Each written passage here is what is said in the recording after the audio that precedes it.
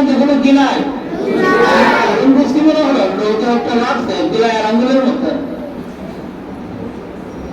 কাওয়ার ঘরের মতো বুঝছো না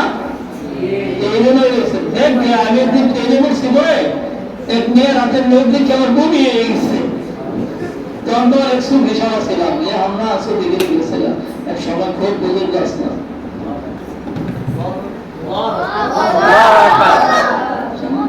সময় ডাক্তার আমার নাকি আমি বুঝি সে অনেক সুখে আসলাম